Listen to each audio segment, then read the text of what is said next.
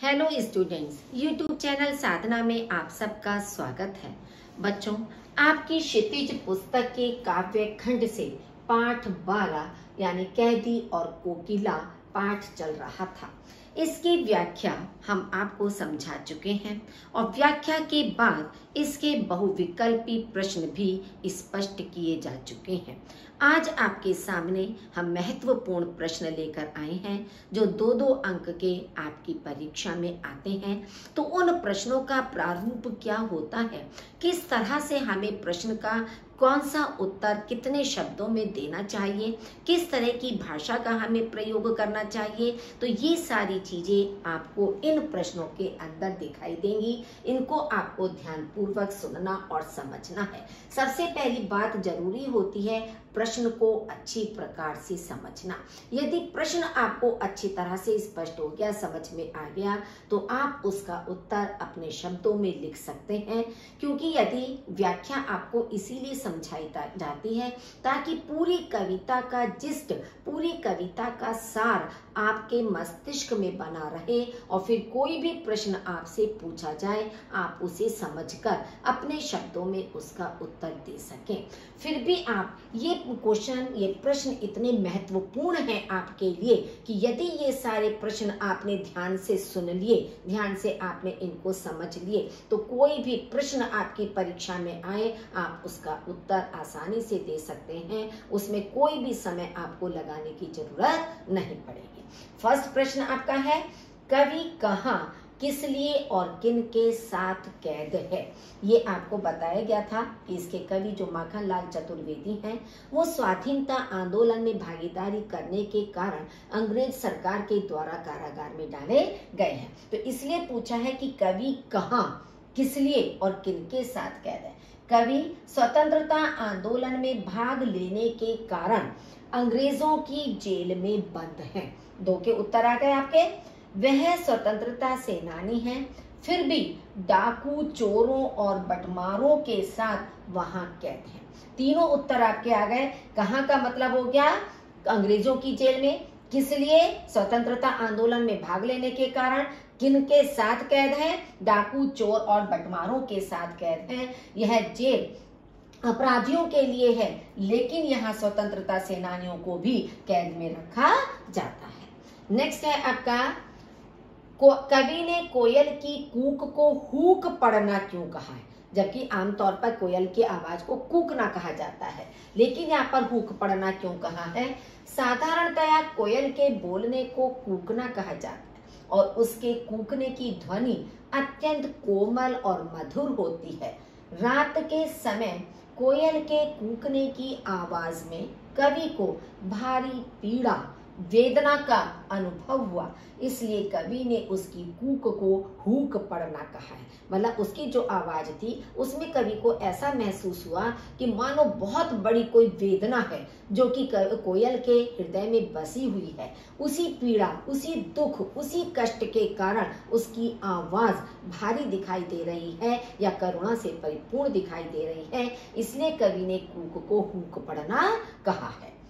कवि ने कोयल से अपने मन के किन भावों को व्यक्त किया है।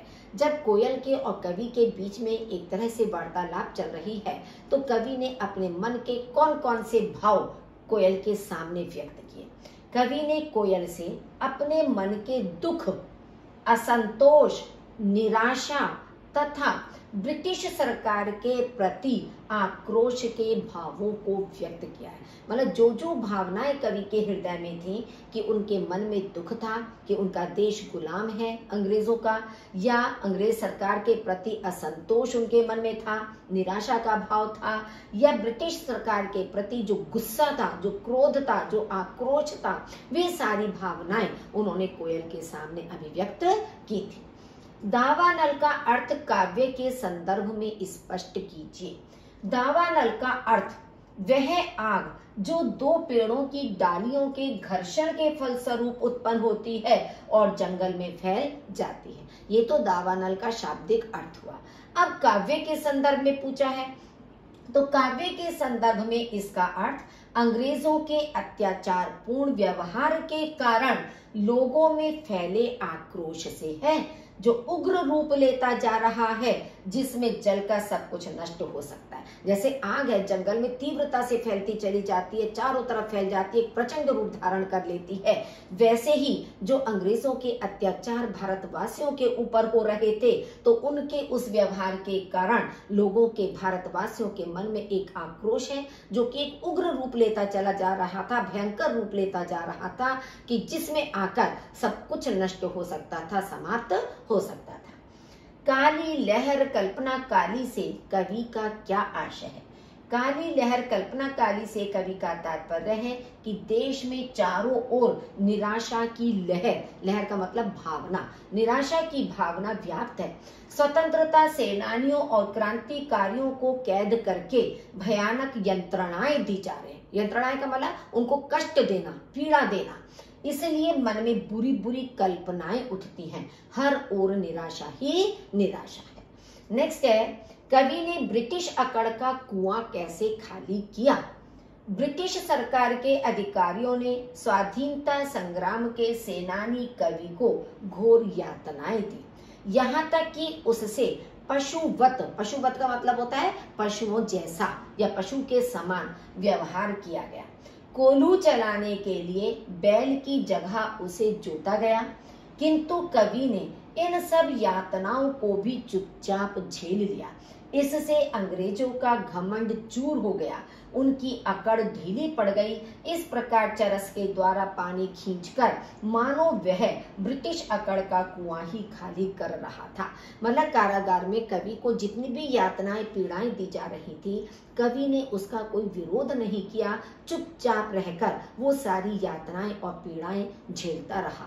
तो इससे अंग्रेजों को लगता था कि उनके कार्य का या उनकी बातों का इन पर कोई भी प्रभाव नहीं पड़ रहा है। तो एक तो उनकी अकड़ वैसे ही ढीली होती चली जा रही थी, और जब उनके पेट पर मोटी लकड़ी बांधकर कुएं से पानी खिंचवाया गया, तो उस समय कवि को ऐसा अनुभव होता था कि मानो वह अंग्रेजों की अकड़ के कुएं को ही खाली कर रहे हैं।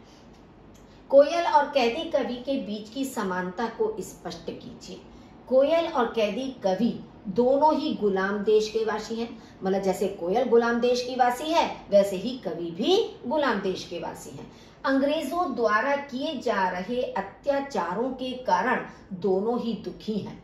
कोयल की हूक वेदना भरी है, तो कवि का दर्द उसकी रचनाओं में छिपा है। कोयल आजादी का संदेश दे रही है, तो कवि अपनी कृतियों से जोश भर रहा है। कृतियां कहता है रचनाओं, जो कि कवि रचनाएं कर रहे हैं जेल में रहकर भी, तो उन रचनाओं से मानो वे भारतवासियों के अंदर एक उत्साह और जोश को उत्पन्न कर रहे हैं, कि ताकि वे मिलजुल कर अंग्रेजों का मुकाबला कर सकें, संघर्ष कर सकें। तो इस तरह से कैदी कवि और कोयल में हमें समानता दिखाई देती है। कवि ने कोयल को बावली क्यों कहा है? कोयल हो या अन्य पक्षी, उनके कलरव करने का समय दिन है। कलरव माने चहचहाने का, बोलने का समय दिन है, रात नहीं। कोयल का असमय रात को कूकना कवि को ठीक नहीं लग रहा है। उचित अनुचित, समय असमय का ख्याल न रखने वाला ही पागलपन का शिकार माना जाता है। हम पागल व्यक्ति उसी को कहते हैं ना, कि जो बिना सोचे समझे, बिना समय को ध्यान में रखे हुए अपनी गतिविधि करता है, तो वो पागल कहा जाता है। इसलिए कवि की सोच में कोयल का यह व्यवहार बावलापन ही है।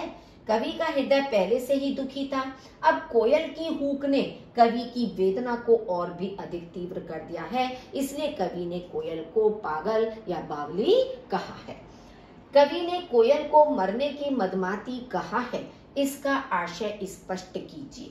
कोयल को मरने की मदमाती कहने का आशय यह है कि पराधीन भारत में अंग्रेजों ने अपने बर्बरतापूर्ण व्यवहार से अत्याचार की सारी सीमाएं पार कर दी थी। वे स्वतंत्रता की आवाज उठाने वालों को हर तरीके से कुचल देते थे। ऐसे में कोयल द्वारा स्वतंत्रता के गीत गाकर भारतीयों में देश प्रेम जगाना मरने के समान ही था। कि जिस समय पूरे देश में चारों ओर संकट ही संकट था, परेशानियां ही परेशानियां थीं, ऐसे समय में भी कोयल कूक कर अपने देशभक्ति के गीतों से मानो भारतवासियों के हृदय में उत्साह वर्धन कर रही थी। तो यह उसके मरने के समान ही था, इसलिए उसे मरने की मदमाती कहा गया है। संकट सागर से क्या तात्पर्य है? देश के क्रांतिकारी चारों ओर से संकट से घेर दिए गए हैं ताकि वे भयभीत हो जाएं और अपने लक्ष्य को भूल जाएं। देशभक्तों के सामने संकटों का अंबार ही संकट सागर है, मतलब संकटों का अंबार लगा दिया गया था। संकट ही संकट, चारों ओर पग पग पर संकट दिखाई दे रहे थे, जो ब्रिटिश शासन द्वारा उन्हें हतोत्साहित करने के लिए लगाया जाता था कि जिससे भारतवासी निराश होकर, हतोत्साहित होकर, शांत होकर बैठ जाएं और अंग्रेजों का विरोध करना छोड़ सकें। तो इसलिए संकट सागर इसके लिए कहा गया है। कवि ने आजादी के गीत गाती कोयल के माध्यम से क्या कहना चाहा है? तत्कालीन परतंत्र भारत में परतंत्रता से मुक्ति पाने की लालसा सभी में जग चुकी थी। जब कवि कोयल से आजादी की अलख जगाने वाले गीत सुनता है तथा उसे जेल में बंद स्वाधीनता सेनानियों की दशा से दुखी देखता है तो वह समझ जाता है कि कोयल के मन में भी देश प्रेम की भावना बलवती हो चुकी है। बलवती माने मजबूत हो चुकी है। कोयल देश को स्वतंत्र कराने के लिए लोगों में अंग्रेजों के प्रति विद्रोह के बीज बो रही है। यह देख कवि ने कहना चाहा है कि देश की गुलामी से मुक्ति के लिए मनुष्य ही नहीं अपितु पशु पक्षी भी प्रयास कर रहे हैं, कि अंग्रेजों की गुलामी के चंगुल से छूटने का न केवल मनुष्य प्रयास कर रहा है, अपितु पशु पक्षियों के मन में भी देश प्रेम की भावना जागृत हो चुकी है। वे भी उससे स्वतंत्रता प्राप्त करना चाहते हैं। तो यही संदेश इसमें कवि ने लोगों के लिए दिया है। गिट्टी पर अंगुलियों ने लिखे गान से क्या तात्पर्य है? गिट्टी अर्थात तोड़े हुए पत्थर, कि जो बड़े बड़े पत्थर तोड़वाए जाते थे छोटी छोटी गिट्टियों के रूप में परिवर्तित होते थे, तो गिट्टी अर्थात तोड़े हुए पत्थर। जेल में बंद स्वतंत्रता सेनानियों को पत्थर तोड़ने पड़ते थे जिससे उनकी हथेलियों में छाले पड़ जाते थे। ये छाले देश के लिए कवि को सहर्ष स्वीकार है। सहर्ष माने खुशी के साथ, प्रसन्नता के साथ स्वीकार है, क्योंकि उन्हें देखकर वह बार बार ब्रिटिश शासन को कोसता है तथा उसके प्रति अपने असंतोष को दृढ़ करता है। इसलिए ये छाले प्रेरणादायी हैं कि जब जब वह अपने छालों को देखता था तो उसको ऐसा लगता था कि उसे अंग्रेजों का सामना करना है, उनसे संघर्ष करना है। तो वे बार बार उसके उत्साह को और अधिक बढ़ाते थे। उसका जो संकल्प था वो और अधिक दृढ़ और मजबूत होता चला जाता था। कैदी और कोकिला पाठ में कवि ने किस करनी को काली बताया है और क्यों? कैदी और कोकिला पाठ में कवि माखनलाल चतुर्वेदी ने भारत में अंग्रेजों के शोषण की करनी को काली बताया है, कि जो वे शोषण करते थे भारतवासियों का, उस कार्य को काली बताया गया है। क्योंकि अंग्रेज भारतीयों का शोषण कर रहे थे। स्वतंत्रता की आवाज उठाने वालों को जेल की काल कोठरी में डालकर गंभीर यंत्रणाएं दी जाती थी। वे किसान, मजदूर, दुकानदार सब पर लगातार अत्याचार कर रहे थे। उनके शासन में कोई भी सुखी नहीं था, कि कोई भी भारतवासी सुखी नहीं था। हर एक को अनेक प्रकार के कष्ट पीड़ाएं सहन करनी पड़ती थी। तो अंग्रेजों के इस तरह के कार्यों को काली कहा गया है। कवि को कोयल के गीत चमकीले क्यों लगते थे? उससे कवि को किस स्थिति का आभास होता था? कैदी और कोकिला कविता में कवि को कोयल के गीत अत्यंत प्रेरणादायी प्रतीक होते थे। वे देशभक्ति की भावना से युक्त हैं तथा उनमें ओज और संघर्ष की भावना निहित है। इसलिए कवि ने उन्हें चमकीले गीतों की संज्ञा दी है, जिसकी चमक में अंधेरे को दूर करने की क्षमता है। इससे कवि को निराशा में आशा तथा अंधेरे में उजाले की स्थिति का आभास होता था, कि मानो जो कोयल गीत गा रही थी वो देशभक्ति की भावना से ओतप्रोत थे, संघर्ष की भावना उसके अंदर थी। और उन गीतों को सुनकर ऐसा लगता था कि जो निराशा चारों ओर वातावरण में व्याप्त थी, तो मानो एक आशा उसमें दिखाई दे रही हो। भारतीयों को ऐसा लग रहा हो कि मानो अब निराशा का अंधकार उनके जीवन से दूर हो जाएगा और चारों ओर आशा का प्रकाश उन्हें दिखाई देने लगेगा। मृदुल वैभव की रखवाली सी में किसे संबोधित किया गया है? मृदुल वैभव की रखवाली सी कहकर कवि ने कोयल को संबोधित किया है। उन्होंने कोयल को ऐसा इसलिए कहा है क्योंकि वह अपने कोमल कंठ से माधुर्य और सरसता की रक्षा करती है। अपनी बोली में वह संसार भर के लिए मिठास बचा कर रखती है। कि यानी कि माधुर्य और समरसता की जो रक्षा है वह कोयल अपने मधुर कंठ से करती है, अपनी मिठास से करती है। कोयल रात में क्यों गजब ढा रही है, दिन में नहीं, स्पष्ट कीजिए। अब यही प्रश्न आपका इस रूप में भी आ सकता है कि कैदी कवि के मन में कोकिला दिन में करुणा क्यों नहीं जगाना चाहती है। तो यह प्रश्न आपका दोनों रूपों में एग्जाम में आ सकता है। आंसर दोनों का एक ही होगा।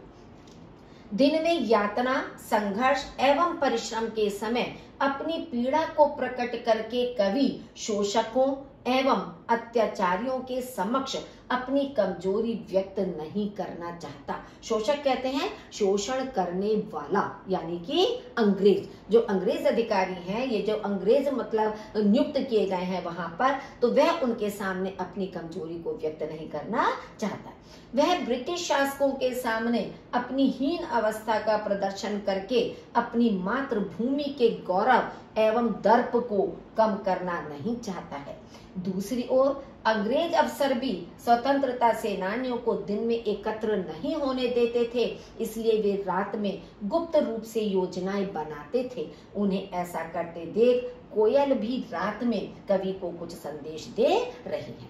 मतलब कोयल भी दिन में कोई संदेश ना देकर रात में इसी कारण से दे रही है क्योंकि रात में ही स्वतंत्रता सेनानी शांति से ध्यान से उसकी बात को सुन सकते हैं। दिन में तो वे कठोर परिश्रम करने में व्यस्त रहते हैं। कवि प्राणों का आसव किसमें और क्यों भरना चाहता है।